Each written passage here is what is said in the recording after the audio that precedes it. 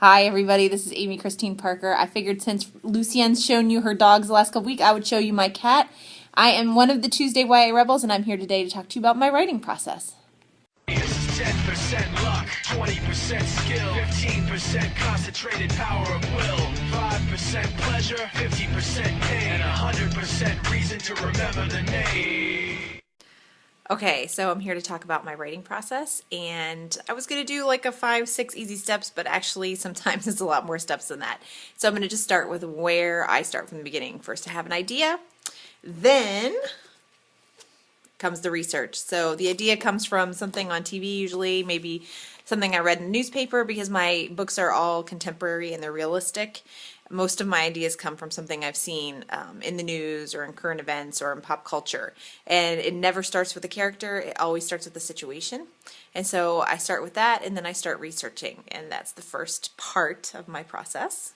Okay, so second part of my process is coming up with all the lovely bits and pieces of the story. Okay, so we have here a notebook, and this is usually where I start gathering all my ideas and sort of the basic premise and beginnings of the story. So you can see here I have tabs. It's like a little folder full of all these nice organized little sections of the story, and this is when I'm fooling myself into thinking that I'm going to be able to write the story in an organized fashion, and it never happens that way, but I always start out hopeful.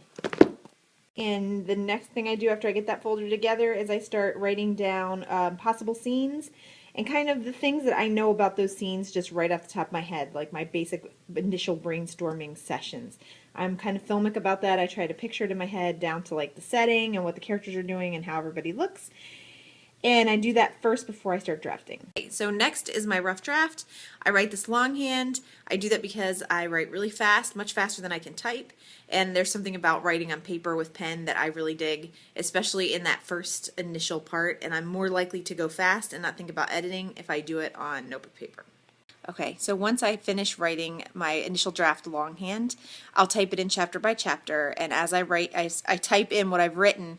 I'm revising it like an initial time, nothing major, just kind of fixing things, rewriting a couple of things to make more sense, and when I'm done with that, I print the entire draft out, and I spread it out chapter by chapter on my floor, and it looks like this. Alright, this is what it looks like. These are the chapters from my last book. This is Gated Sequel. They are spread out across the floor, chapter by chapter. I'm going to kind of get closer. And you can see I have note cards sort of telling me what the scene's about, and underneath them I have post-it notes. And the post-it notes give me some ideas of what I want to fix and what I'm going to do as I revise to make it a little tighter and cleaner. Okay, so once I get them all spread out on the floor, I start fixing the chapters like one at a time. Sometimes I change their order, and I just try to figure out how the story will be tightest. And sometimes that means just ditching a chapter altogether or combining chapters into one. So this process takes me like a good week, I would say, and I'm pretty brain dead by the end of it. But that's like the meat of my writing process. It's the part I like the best, other than the idea getting and kind of figuring things out.